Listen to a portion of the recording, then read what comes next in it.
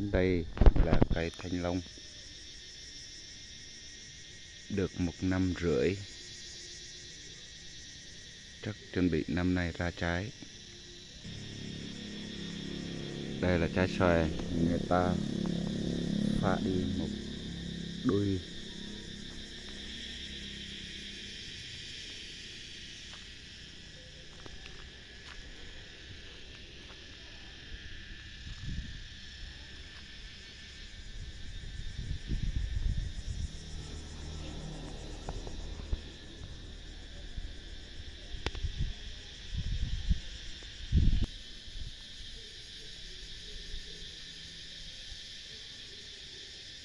Cây môn.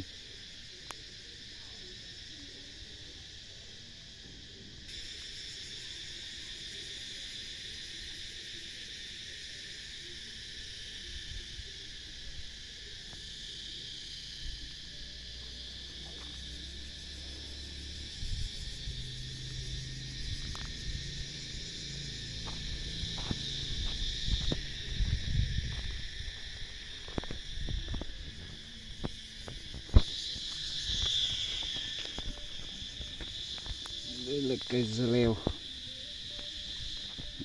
đã chuẩn bị ra trái đầu mùa. Đấy cũng là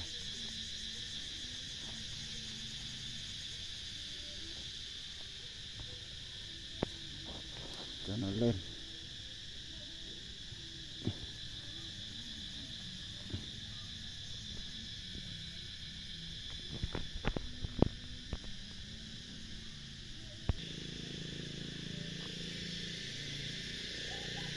Rau muống.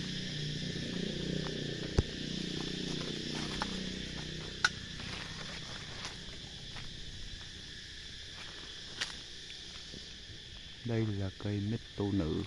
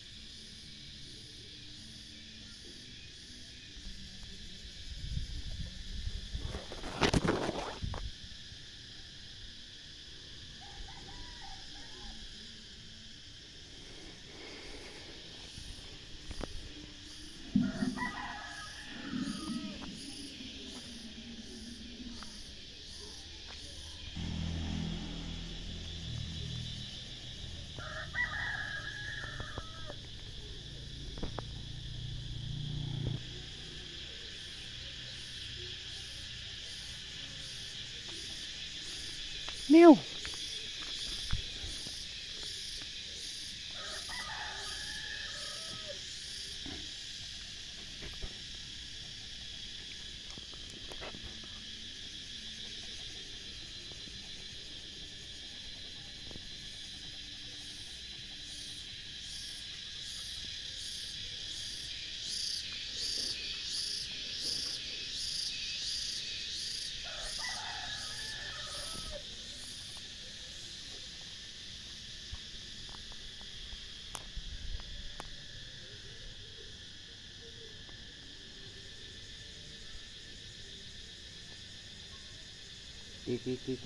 Kì.